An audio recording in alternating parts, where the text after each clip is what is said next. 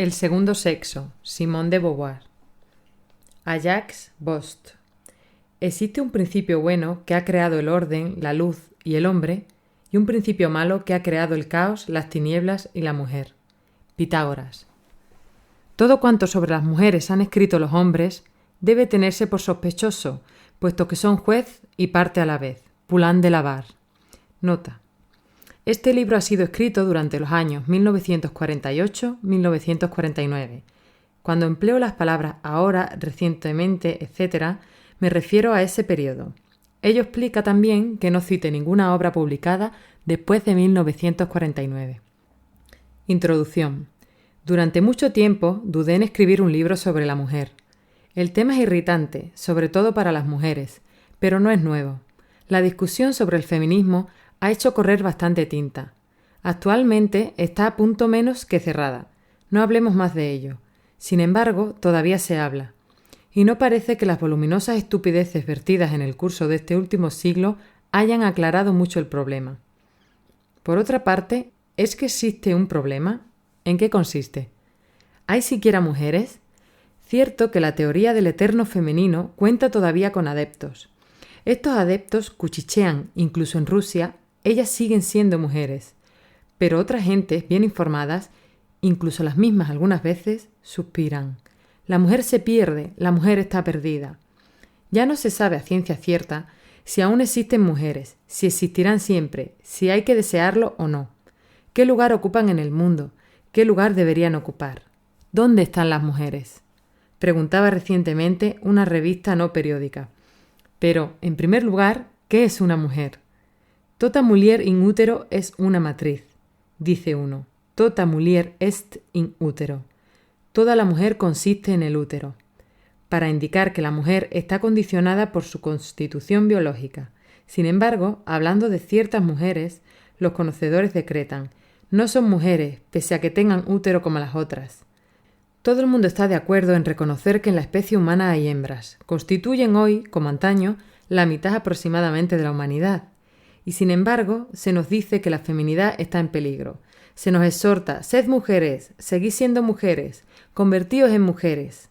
Así pues, todo ser humano hembra no es necesariamente una mujer, tiene que participar de esa realidad misteriosa y amenazada que es la feminidad.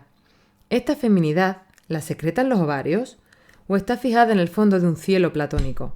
¿Basta el frou-frou de una falda para hacer que descienda a la tierra? Aunque ciertas mujeres se esfuerzan celosamente por encarnarla, jamás se ha encontrado el modelo. Se la describe de buen grado en términos vagos y espejeantes que parecen tomados del vocabulario de los videntes. En tiempos de Santo Tomás aparecía como una esencia tan firmemente definida como la virtud adormecedora de la dormidera. Pero el conceptualismo ha perdido terreno. Las ciencias biológicas y sociales ya no creen en la existencia de entidades inmutablemente fijas, que definirían caracteres determinados, tales como los de la mujer, el judío o el negro. Consideran el carácter como una reacción secundaria ante una situación. Si ya no hay hoy feminidad, es que no la ha habido nunca. ¿Significa esto que la palabra mujer carece de todo contenido? Es lo que afirman enérgicamente los partidarios de la filosofía de las luces, del racionalismo, del nominalismo.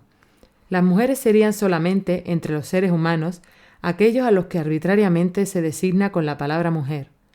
Las americanas, en particular, piensan que la mujer, como tal, ya no tiene lugar. Si algunas ideas anticuadas se tienen todavía por mujer, sus amigas le aconsejan... Si alguna con ideas anticuadas se tiene todavía por mujer, sus amigas le aconsejan que consulte con un psicoanalista para que se libre de semejante obsesión. A propósito de una obra, por lo menos irritante, titulada Modern Woman, A Lost Sex, Dorothy Parker ha escrito: «No puedo ser justa con los libros que tratan de la mujer en tanto que tal. Pienso que todos nosotros, tanto hombres como mujeres, quienes quiera que seamos, debemos ser considerados como seres humanos». Pero el nominalismo es una doctrina un poco corta y a los antifeministas les es muy fácil demostrar que las mujeres no son hombres. Desde luego, la mujer es, como el hombre, un ser humano, pero tal afirmación es abstracta. El hecho es que todo ser humano concreto está siempre singularmente situado. Rechazar las nociones de eterno femenino, de alma negra, de carácter judío, No es negar que haya hoy judíos, negros, mujeres. Esa negación no representa para los interesados una liberación, sino una huida inauténtica. Está claro que ninguna mujer puede pretender, sin mala fe, situarse por encima de su sexo. Una conocida escritora rehusó hace unos años permitir que su retrato apareciese en una serie de fotografías consagradas precisamente a las mujeres escritoras. Quería que se las situase entre los hombres, mas, para obtener ese privilegio, tuvo que recurrir a la influencia de su marido. Las mujeres que afirman que son hombres no reclaman por ello menos miramientos y homenajes masculinos. Me acuerdo también de aquella joven trotskista de pie en una tribuna en medio de un mitin borrascoso que se aprestaba a dar un puñetazo sobre el tablero a pesar de su evidente fragilidad. Ella negaba su debilidad femenina, pero lo hacía por amor a un militante del cual se quería igual. La actitud de desafío en que se crispan las americanas demuestra que están obsesionadas por el sentimiento de su feminidad. Y en verdad, basta pasearse con los ojos abiertos para comprobar que la humanidad se divide en dos categorías de individuos, cuyos vestidos, rostro, cuerpo, sonrisa, porte, intereses, ocupaciones son manifiestamente diferentes. ¿Acaso tales diferencias sean superficiales, tal vez estén destinadas a desaparecer?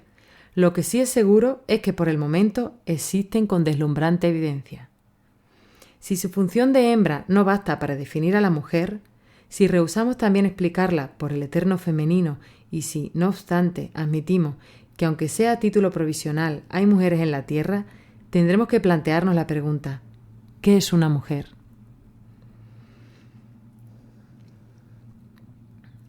El mismo enunciado del problema me sugiere inmediatamente una primera respuesta. Es significativo que yo lo plantee. A un hombre no se le ocurriría la idea de escribir un libro sobre la singular situación que ocupan los varones en la humanidad. Si quiero definirme, estoy obligada antes de nada a declarar: soy una mujer. Esta verdad constituye el fondo del cual se extraerán todas las demás afirmaciones. Un hombre no comienza jamás por presentarse como individuo de un determinado sexo. Que él sea hombre es algo que se da por supuesto. Es sólo de una manera formal, en los registros de las alcaldías y en las declaraciones de identidad, donde las rúbricas de masculino y femenino aparecen como simétricas. La relación de los dos sexos no es la de dos electricidades, la de dos polos. El hombre representa a la vez el positivo y el neutro, hasta el punto de que en francés se dice los hombres para designar a los seres humanos, habiéndose asimilado la acepción singular de la palabra vir a la acepción general de la palabra homo. La mujer aparece como el negativo, ya que toda determinación le es imputada como limitación, sin reciprocidad. A veces, en el curso de discusiones abstractas, me ha irritado oír que los hombres me decían: «Usted piensa tal cosa porque es mujer», pero yo sabía que mi única defensa consistía en replicar: «Lo pienso así porque es verdad», eliminando de este modo mi subjetividad. No era cosa de contestar: «Y usted piensa lo contrario porque es hombre», ya que se entiende que el hecho de ser hombre no es una singularidad. Un hombre está en su derecho de serlo. Es la mujer la que está en la sinrazón. Prácticamente, lo mismo que para los antiguos había una vertical absoluta con relación a la cual se definía la oblicua, así también hay un tipo humano absoluto que es el tipo masculino. La mujer tiene ovarios, un útero. He ahí condiciones singulares que la encierran en su subjetividad. Se dice tranquilamente que piensa con sus glándulas. El hombre se olvida olímpicamente de que su anatomía comporta también hormonas, testículos. Considera su cuerpo como una relación directa y normal con el mundo que él cree aprehender en su objetividad, mientras considera el cuerpo de la mujer como apesumbrado por todo cuanto lo especifica, un obstáculo tal, una cárcel. La mujer es mujer en virtud de cierta falta de cualidades, decía Aristóteles, y debemos considerar el carácter de las mujeres como adolescente de una imperfección natural. Y a continuación, Santo Tomás decreta que la mujer es un hombre fallido, un ser ocasional. Eso es lo que simboliza la historia del Génesis, donde Eva aparece como extraída, según frase de Bousset, de un hueso supernumerario de Adán. La humanidad es macho y el hombre define a la mujer no en sí misma, sino con relación a él. No la considera como un ser autónomo. La mujer, el ser relativo, escribe Michelet, y así lo afirma Benda en el Rapport de Uriel.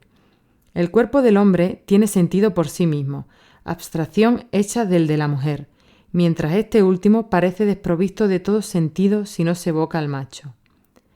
El hombre se piensa sin la mujer, ella no se piensa sin el hombre, queriendo decir con ello que a los ojos del macho aparece esencialmente como un ser sexuado. Para él, ella es sexo, por consiguiente, lo es absolutamente. La mujer se determina y se diferencia con relación al hombre, y no éste con relación a ella. La mujer es lo inesencial frente a lo esencial, es el sujeto, él es lo absoluto, ella es lo otro. El informe Kinsey, por ejemplo, se limita a definir las características sexuales del hombre norteamericano, lo cual es completamente diferente. Esta idea ha sido expresada en su forma más explícita por E. Levinas.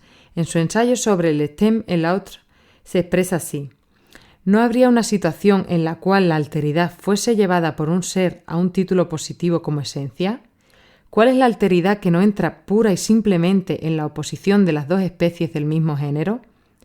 Creo que lo contrario, absolutamente contrario, cuya contrariedad no es afectada en absoluto por la relación que puede establecerse entre él y su correlativo, la contrariedad que permite al término permanecer absolutamente otro, es lo femenino.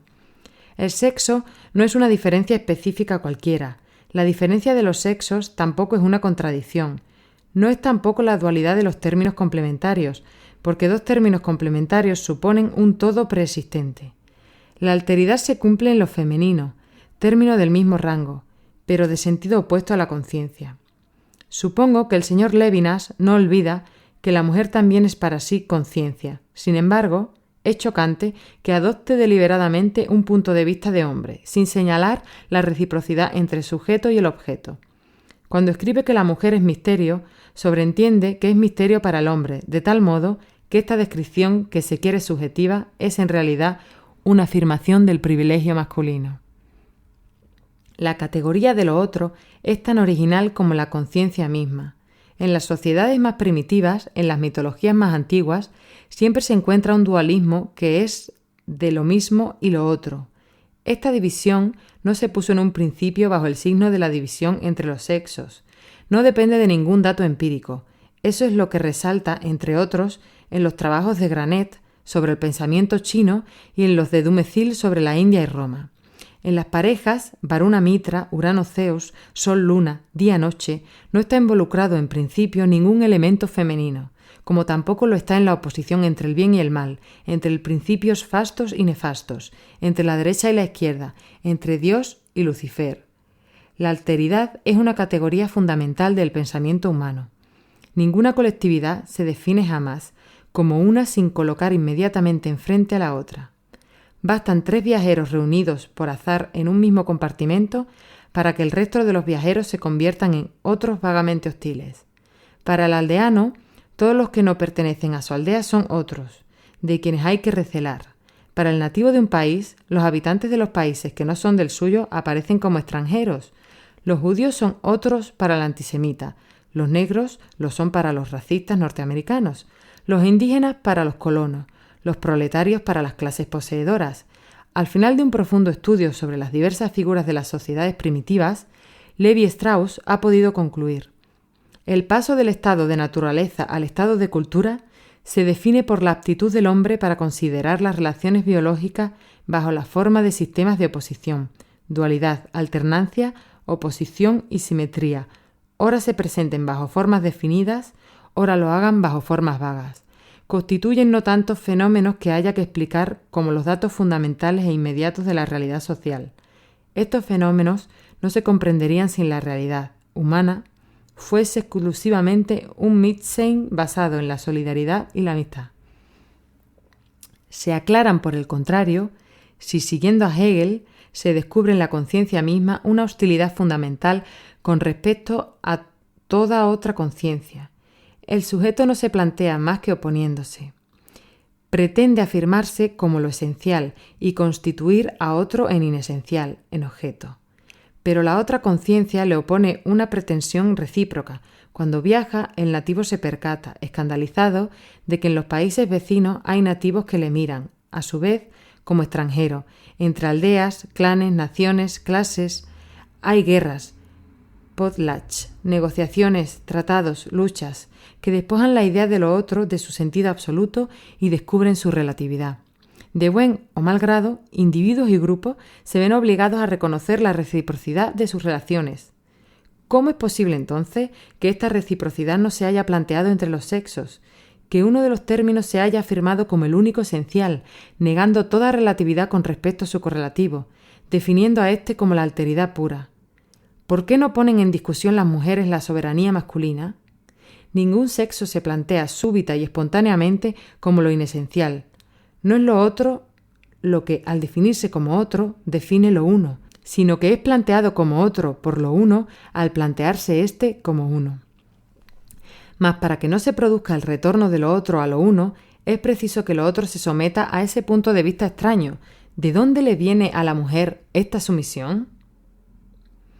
Existen otros casos en que durante un tiempo más o menos prolongado, una categoría consigue dominar completamente a otra. Es la desigualdad numérica a la que con frecuencia confiere ese privilegio. La mayoría impone su ley a la minoría o la persigue. Pero las mujeres no son, como los negros de Norteamérica o los judíos, una minoría. En la tierra hay tantas mujeres como hombres. Sucede también a menudo que los dos grupos en presencia han sido independientes al principio. En otros tiempos se ignoraban o cada cual admitía la autonomía del otro. Ha sido un acontecimiento histórico el que ha subordinado el más débil al más fuerte. La diáspora judía, la introducción de la esclavitud en América, las conquistas coloniales son hechos acaecidos en fecha conocida. En tales casos, para los oprimidos ha habido un antes. Tienen en común un pasado, una tradición, a veces una religión, una cultura.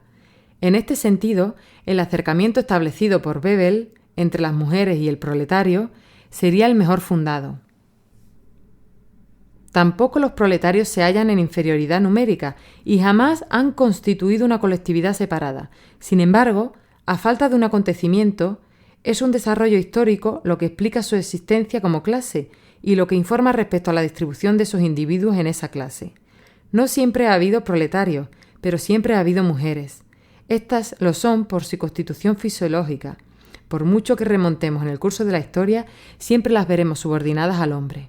Su dependencia no es resultado de un acontecimiento o de un devenir, no es algo que haya llegado y, en parte, porque escapa al carácter accidental del hecho histórico, la alteridad aparece aquí como un absoluto. Una situación que se ha creado a través del tiempo puede deshacerse en otro tiempo. Los negros de Haití, entre otros, lo han probado cumplidamente. Por el contrario, parece como si una condición natural desafiase al cambio. En verdad, la naturaleza, lo mismo que la realidad histórica, no es un dato inmutable. Si la mujer se descubre como lo inesencial, que jamás retoma lo esencial, es porque ella misma no realiza ese retorno. Los proletarios dicen, nosotros, los negros también. Presentándose como sujetos, transforman en otros a los burgueses, a los blancos. Las mujeres, salvo en ciertos congresos, que siguen siendo manifestaciones abstractas, no dicen nosotras. Los hombres dicen las mujeres, y éstas toman estas palabras para designarse a sí mismas, pero no se sitúan auténticamente como sujetos. Los proletarios han hecho la revolución en Rusia, los negros en Haití, los indochinos luchan en Indochina. La acción de las mujeres no ha sido jamás sino una agitación simbólica, y no han obtenido más que lo que los hombres han tenido. A bien otorgarles. No han tomado nada, simplemente han recibido. Y es que las mujeres carecen de los medios concretos para congregarse en una unidad que se afirmará al oponerse.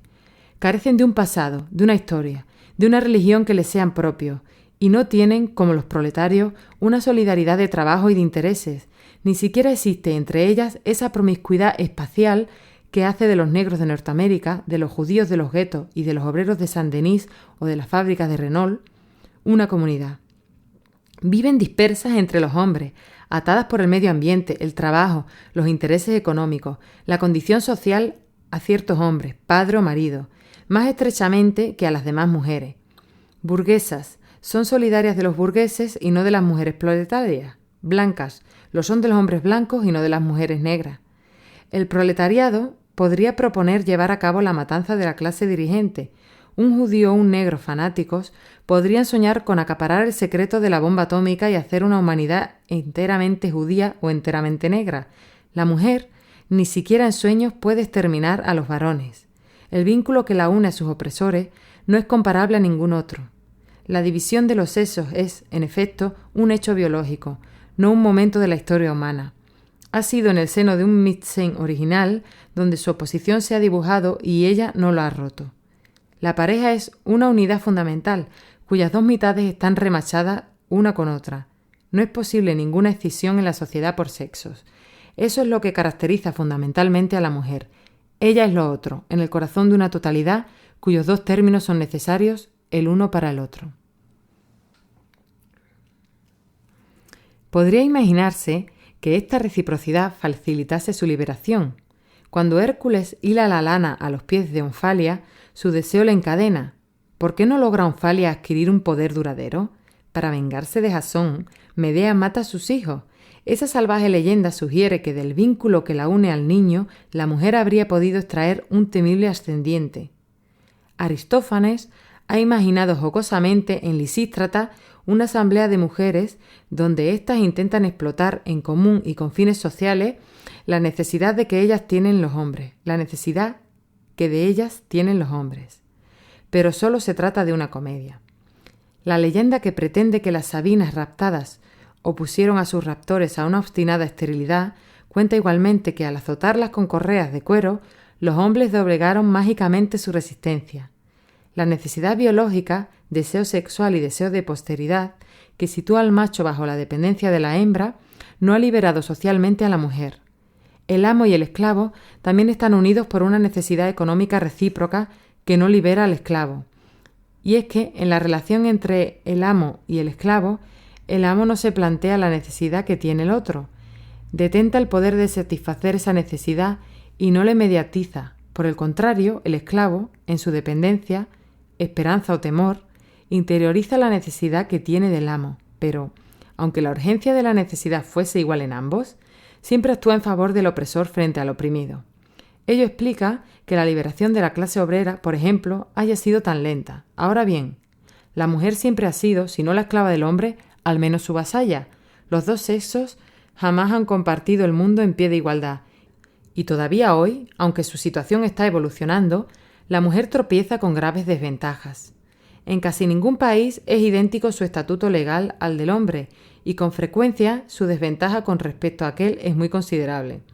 Incluso cuando se le reconocen en abstracto algunos derechos, una larga costumbre impide que encuentren en los usos corrientes su expresión concreta. Económicamente, hombres y mujeres casi constituyen dos castas distintas, en igualdad de condiciones. Los primeros disfrutan situaciones más ventajosas, salarios más elevados, tienen más oportunidades de éxito que sus competidoras de fecha reciente en la industria, la política, etc. Ocupan un número mucho mayor de puestos y son ellos quienes ocupan los más importantes. Además de los poderes concretos que poseen, están revestidos de un prestigio cuya tradición mantiene toda la educación del niño. El presente envuelve al pasado, y en el pasado toda la historia la han hecho los varones. En el momento en el que las mujeres empiezan a participar en la elaboración del mundo, ese mundo es todavía un mundo que pertenece a los hombres. Ellos no lo dudan, ellas lo dudan apenas. Negarse a ser lo otro, rehusar la complicidad con el hombre, sería para ellas renunciar a todas las ventajas que puede procurarles la alianza con la casta superior. El hombre soberano protegerá materialmente a la mujer ligia y se encargará de justificar su existencia. Junto con el riesgo económico, evita ella el riesgo metafísico de una libertad que debe inventar sus fines sin ayuda. En efecto, al lado de la pretensión de todo individuo de afirmarse como sujeto, que es una pretensión ética, también hay en él la tentación de huir de su libertad para constituirse en cosa. Es ese un camino nefasto, en cuanto que pasivo, alienado y perdido. Resulta entonces presa de voluntades extrañas, cercenando de su trascendencia, frustrado de todo valor. Pero es un camino fácil. Así se evitan la angustia y la tensión de una existencia auténticamente asumida. El hombre, que constituye a la mujer en un otro, hallará siempre en ella profundas complicidades. Así pues, la mujer no se reivindica como sujeto, porque carece de los medios concretos para ello, porque experimenta el lazo necesario que la une al hombre sin plantearse reciprocidad alguna, y porque a menudo se complace en su papel de otro. Y he aquí que surge inmediatamente esa pregunta: ¿cómo ha empezado toda esta historia? Se comprende que la dualidad de los sexos, como toda dualidad, se haya manifestado mediante un conflicto, y se comprende que si uno de los dos logra imponer su superioridad, ésta se establezca como absoluta. Pero queda por explicar que fuera el hombre quien ganase desde el principio. Pudiera haber ocurrido que las mujeres obtuviesen la victoria, o que jamás se hubiera resuelto la contienda. ¿De dónde proviene que este mundo siempre haya pertenecido a los hombres y que solamente hoy empiecen a cambiar las cosas? ¿Y ese cambio es un bien? ¿Traerá o no traerá un reparto equitativo del inmundo entre hombres y mujeres?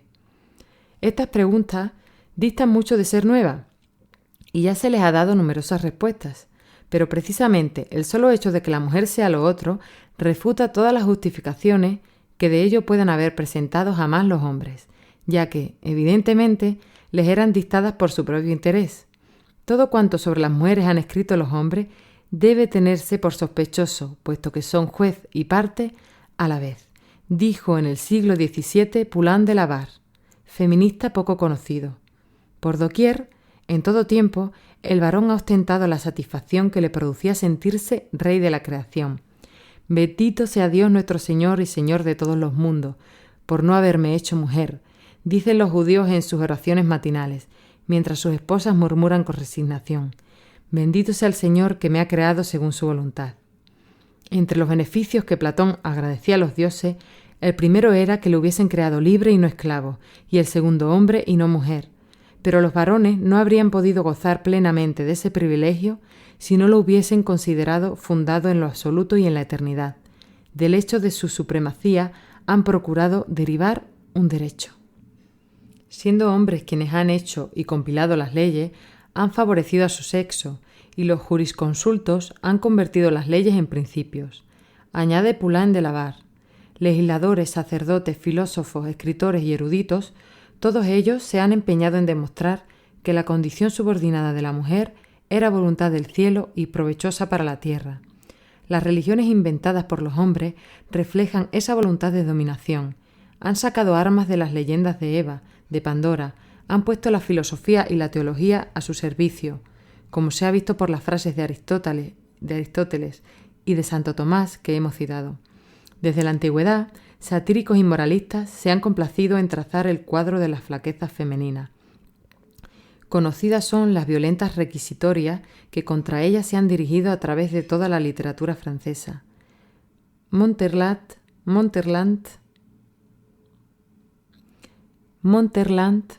recoge, con menos inspiración, la tradición de Jean de Meung.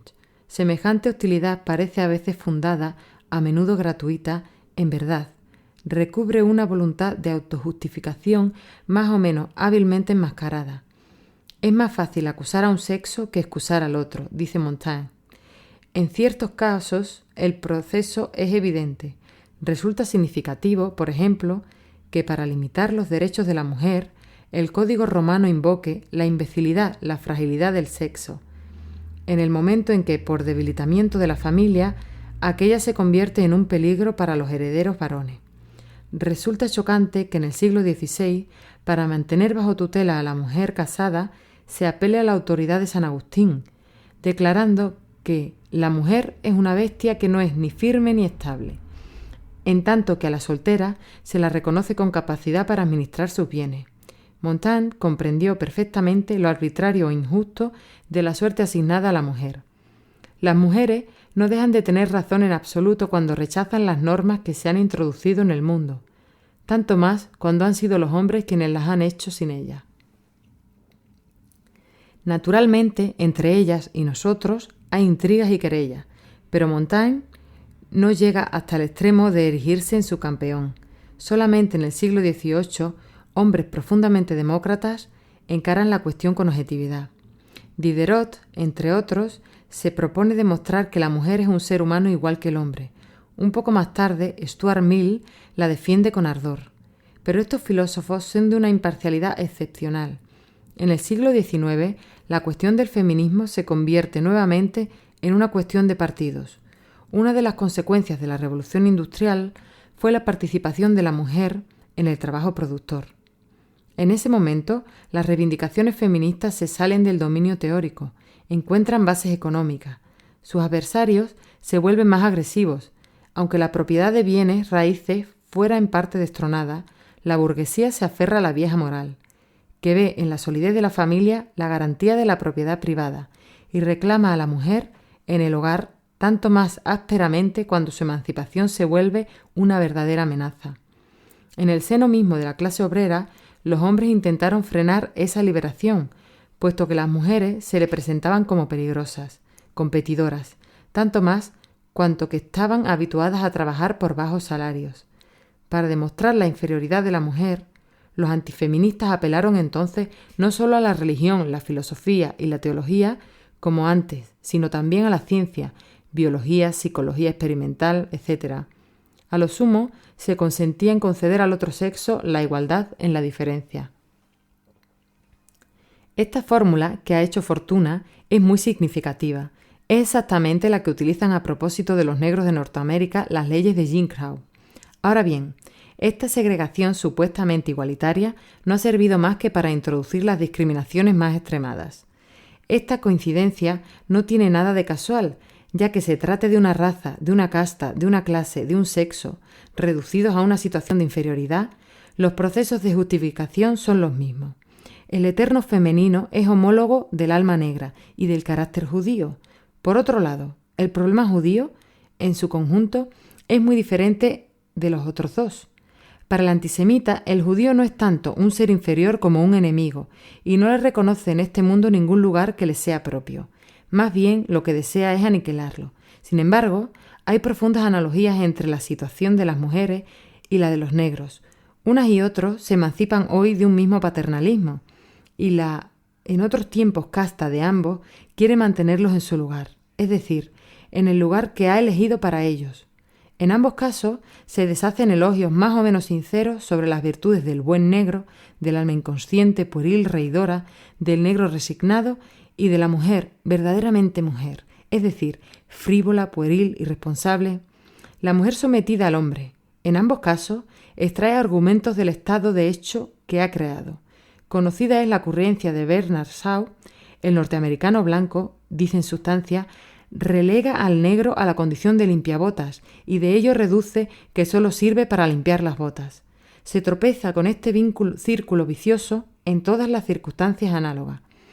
Cuando un individuo o grupo de individuos es mantenido en situación de inferioridad, el hecho es que es inferior, pero sería preciso entenderse sobre el alcance de la palabra ser.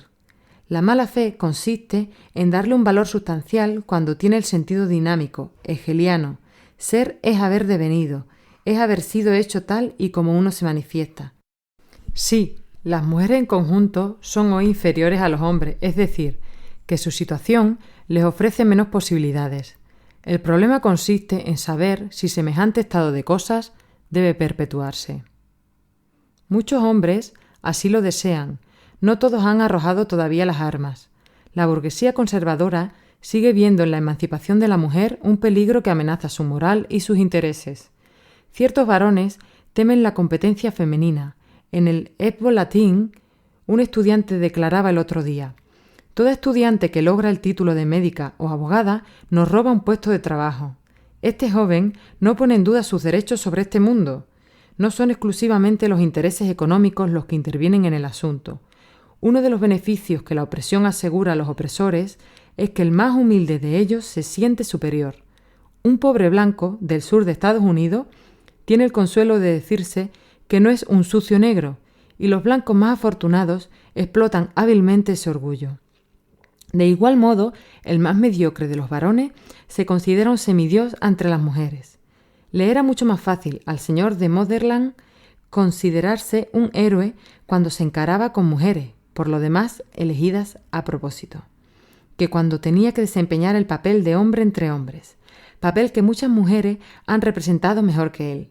Así, en septiembre de 1948, en uno de sus artículos en Le Figaro Littéraire, Claude Mauriac, cuya poderosa originalidad todo el mundo admira, ha podido escribir: «A propósito de las mujeres, escuchamos con un tono sic de cortés indiferencia a la más brillante de ellas, sabiendo perfectamente que su espíritu refleja de manera más o menos deslumbrante ideas que provienen de nosotros. Evidentemente, no son las ideas de Claude Mariac las que refleja su interlocutora, ya que no se le conoce ninguna. Que ella refleje ideas provenientes de los hombres es posible. Entre los mismos varones, más de uno hay quien tiene por suyas opiniones que no han inventado. Podría uno preguntarse si Claude Mauriac no tendría interés en conversar con un buen reflejo de Descartes, de Marx, de Guide, antes de que consigo mismo. Lo notable es que por el equívoco de nosotros se identifique con San Pablo, Hegel, Lenin, Nietzsche, y que desde lo alto de la grandeza de esos considere con desdén al rebaño de mujeres que osan hablarle en pie de igualdad. A decir verdad, conozco a más de una que no tendría la paciencia de conceder al señor Mauriac un tono de cortés indiferencia. He insistido en este ejemplo porque en el mismo la ingenuidad masculina desarma a cualquiera. Hay otras muchas maneras más sutiles para que los hombres aprovechen la alteridad de la mujer. Para todos aquellos que padecen complejo de inferioridad, hay ahí un linimento milagroso con respecto a las mujeres. Nada hay más arrogante, agresivo o desdeñoso que un hombre inquieto por su virilidad. Aquellos a quienes no intimidan sus semejantes están también mucho más dispuestos a reconocer en la mujer un semejante. Aun a estos, sin embargo, el mito de la mujer, de lo otro, les es caro por muchas razones. No podría censurárseles por no sacrificar de buen grado todos los beneficios que extraen de ello. Saben lo que pierden al renunciar a la mujer tal y como la sueñan, pero ignoran lo que les aportará la mujer tal y como será mañana. Se precisa mucha abnegación para negarse a aparecer como sujeto único y absoluto. Por otra parte, la inmensa mayoría de los hombres no asume explícitamente esa pretensión. No sitúan a la mujer como un ser inferior. Hoy día están demasiado penetrados del ideal democrático para no reconocer como iguales a todos los seres humanos. En el seno de la familia, la mujer aparece a los ojos del niño, del muchacho, como revestida de la misma dignidad social que los adultos varones. Después, ese niño, ya mayor, ha experimentado en el deseo y el amor la resistencia y la independencia de la mujer deseada y amada. Casado, respeta en su mujer a la esposa, a la madre, y en la experiencia concreta de la vida conyugal, ella se afirma frente a él como una libertad. Así pues, el hombre puede persuadirse de que ya no existe entre los sexos una jerarquía social y de que en conjunto, a través de las diferencias, la mujer es un igual. Como no obstante observa ciertas inferioridades, las más importantes de las cuales es la incapacidad profesional, las atribuye a la naturaleza. Cuando observa respecto a la mujer una actitud de colaboración y benevolencia, tematiza el principio de la igualdad abstracta, pero la desigualdad concreta que observa no la plantea. Sin embargo, cuando entra en conflicto con ella, la situación se invierte. Tematizará la desigualdad concreta y ello le autorizará incluso para negar la igualdad abstracta. En el artículo de Michel Carrux sobre este tema, aparecido en el número 292 de Cahiers du Sud, es significativo. Escribe Carrux con indignación: quisieran que no existiese en absoluto el mito de la mujer, sino solamente una cohorte de cocineras, comadronas, rameras, escritorcillas, en funciones de placer o de utilidad. Es tanto como decir que, según él, la mujer no tiene existencia por sí misma, considera solamente su función en el mundo de los varones, su finalidad está en el hombre. Entonces, en efecto, puede preferir su función poética a cualquier otra. La cuestión consiste precisamente en saber por qué hay que definirla con relación al hombre. El hombre declara, por ejemplo, que no encuentra a su mujer en nada disminuida porque carezca de un oficio. Los quehaceres del hogar son tan nobles, etc. No obstante, en la primera disputa exclama: sin mí serías incapaz de ganarte la vida. Es así como muchas mujeres afirman con una cuasi buena fe que las mujeres son iguales del hombre y que no tienen nada que reivindicar. Pero al mismo tiempo sostienen que las mujeres jamás podrían ser las iguales del hombre y que sus reivindicaciones son vanas. Y es que al hombre le resulta difícil calibrar la extrema importancia de las discriminaciones sociales que desde fuera parecen insignificantes y cuyas repercusiones morales e intelectuales son tan profundas en la mujer que pueden parecer tener sus fuentes en una naturaleza originaria. El hombre que sienta la mayor simpatía por la mujer jamás conoce bien su situación concreta. Por eso, no ha lugar a creer a los varones cuando se esfuerzan por defender privilegios cuya extensión no logran calibrar en su totalidad. Por tanto, no nos dejaremos intimidar por el número y la violencia de los ataques dirigidos contra las mujeres, ni tampoco nos dejaremos embaucar por los elogios interesados que se prodigan a la verdadera mujer, ni permitiremos que nos gane el entusiasmo que suscita su destino entre los hombres, que por nada del mundo querrían compartirlo. Describir ese proceso será precisamente el objeto del segundo volumen de este estudio. Sin embargo, no debemos considerar, con menos desconfianza, los argumentos de los feministas. Con mucha frecuencia, la preocupación polémica les priva de todo valor.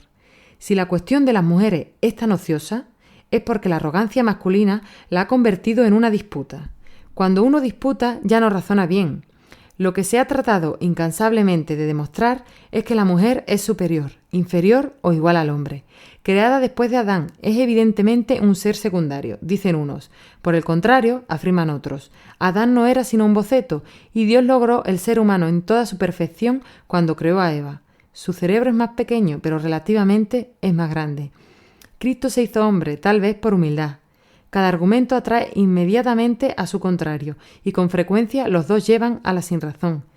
Si se quiere intentar ver claro en el problema, hay que abandonar esos caminos trillados. Hay que rechazar las vagas nociones de superioridad, inferioridad o igualdad que han alterado todas las discusiones y empezar de nuevo. Pero entonces, ¿cómo plantear la cuestión? Y en primer lugar, ¿quiénes somos nosotros para plantearla? Los hombres son juez y parte, las mujeres también. ¿Dónde hallar un ángel? En verdad, un ángel estaría mal calificado para hablar, puesto que ignoraría todos los datos del problema. En cuanto al hermafrodita, se trata de un caso muy singular. No es a la vez hombre y mujer, sino más bien ni hombre ni mujer. Creo que para dilucidar la situación de la mujer, son ciertas mujeres las que están mejor situadas. Es un sofisma pretender encerrar a Epiménides en el concepto de cretense y a los cretenses en el de mentiroso. No es una esencia misteriosa la que dicta a hombres y mujeres la buena o la mala fe. En su situación, la que los dispone más o menos para la búsqueda de la verdad. Muchas mujeres de hoy, que han tenido la suerte de ver cómo se les restituían todos los privilegios del ser humano, pueden permitirse el lujo de la imparcialidad, incluso experimentamos la necesidad de ello. Ya no somos combatientes, como nuestras mayores. En general, hemos ganado la partida. En las últimas discusiones sobre el estado de la mujer, la ONU no ha dejado de reclamar imperiosamente que termine de realizarse la igualdad de los sexos, y ya muchas de nosotras no hemos tenido nunca que sentir nuestra feminidad como un estorbo o un obstáculo. Muchos problemas nos parecen más esenciales que los que nos conciernen de manera singular, y ese mismo desprendimiento nos permite abrigar la esperanza de que nuestra actitud será objetiva. No obstante, conocemos más íntimamente que los hombres el mundo femenino, porque en él tenemos nuestras raíces. Aprendemos de manera más inmediata lo que significa para un ser humano el hecho de ser femenino, y nos preocupamos más de saberlo. He dicho que hay problemas más esenciales, lo cual no impide que éste conserve a nuestros ojos cierta importancia. ¿En qué habrá afectado a nuestra existencia el hecho de ser mujeres? ¿Qué oportunidades exactamente nos han sido dadas y cuáles nos han sido negadas? ¿Qué suerte pueden esperar nuestras hermanas más jóvenes y en qué sentido hay que orientarlas? Es chocante que el conjunto de la literatura femenina esté animado en nuestros días mucho menos por una voluntad de reivindicación que por un esfuerzo de lucidez, al salir de una era de desordenadas polémicas. Este libro es una tentativa, entre otras, de recapitular la cuestión. Pero sin duda, tal vez sea imposible tratar ningún problema humano sin tomar partido. La manera misma de plantear las cuestiones, las perspectivas adoptadas, suponen jerarquías de intereses. Toda cualidad implica valores. No hay descripción supuestamente objetiva que no se levante sobre un segundo término ético. En lugar de tratar de disimular los principios que más o menos explícitamente se sobreentienden, es preferible plantearlos enseguida. De ese modo, no nos veremos obligados a precisar en cada página qué sentido se da a las palabras superior, inferior, mejor, peor, progreso, regresión, etc. Si pasamos revista a algunas de las obras dedicadas a la mujer, vemos que uno de los puntos de vista más frecuentemente adoptados es el del bien público, del interés general. En verdad, cada cual entiende por ello el interés de la sociedad, tal y como desea conservarla o establecerla. En cuanto a nosotros, estimamos que no existe otro bien público que el que asegura el bien privado de los ciudadanos. Juzgamos las instituciones desde el punto de vista de las oportunidades concretas ofrecidas a los individuos, pero tampoco confundimos la idea del interés privado con la de la felicidad. He ahí otro punto de vista que también se encuentra a menudo. ¿No son más dichosas las mujeres del harén que las electoras? ¿El ama de casa no es más feliz que la obrera? No se sabe demasiado bien lo que significa la palabra dicha, y aún menos qué valores auténticos recubre. No hay ninguna posibilidad de medir la dicha de otro, y siempre resulta fácil declarar dichosa la situación que se le quiere imponer. Aquellos a quienes se condena al estancamiento, en particular, son declarados felices, so pretexto de que la dicha es inmovilidad. Se trata, pues, de una noción a la que no nos referiremos. La perspectiva que adoptamos es la de la moral existencialista. Todo sujeto se plantea concretamente a través de proyectos, como una trascendencia. No alcanza su libertad sino por medio de su perpetuo avance hacia otras libertades, y no hay otra justificación de la existencia presente que su expansión hacia un porvenir infinitamente abierto. Cada vez que la trascendencia recae en inmanencia, hay degradación de la existencia en sí, de la libertad en facticidad. Esta caída es una falta moral si es consentida por el sujeto, si le es infligida. Toma la figura de una frustración y de una opresión. En ambos casos es un mal absoluto. Todo individuo que tenga la preocupación de justificar su existencia experimenta esta como una necesidad indefinida de trascenderse. Ahora bien, lo que define de una manera singular la situación de la mujer es que, siendo como todo ser humano una libertad autónoma, se descubre y se elige en un mundo donde los hombres le imponen que se asuma como lo otro. Se pretende fijarla en objeto y consagrarla a la inmanencia, ya que su trascendencia será perpetuamente trascendida por otra conveniencia esencial y soberana. El drama de la mujer consiste en este conflicto entre la reivindicación fundamental de todo sujeto que se plantee siempre como lo esencial y las exigencias de una situación que la constituye como inesencial. ¿Cómo puede realizarse un ser humano en la situación de la mujer? ¿Qué caminos le están abiertos?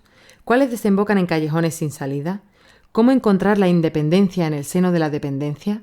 ¿Qué circunstancias limitan la libertad de la mujer? ¿Puede ésta superarlas? He aquí las cuestiones fundamentales que desearíamos dilucidar, es decir, que interesándonos por las oportunidades del individuo, no definiremos tales oportunidades en términos de felicidad, sino en términos de libertad. Es evidente que este problema carecería de todo sentido si supusiéramos que sobre la mujer pesa un destino fisiológico, psicológico o económico. Así pues, empezaremos por discutir los puntos de vista adoptados por la biología, el psicoanálisis y el materialismo histórico sobre la mujer. Trataremos de mostrar enseguida positivamente cómo se ha constituido la realidad femenina, por qué la mujer ha sido definida como lo otro y cuáles han sido las consecuencias desde el punto de vista de los hombres. Luego descubriremos, desde el punto de vista de las mujeres, el mundo tal y como se les propone, y podremos comprender con qué dificultades tropiezan en el momento en que, tratando de evadirse de la esfera que les ha sido asignada hasta el presente, pretenden participar del Mitsein humano.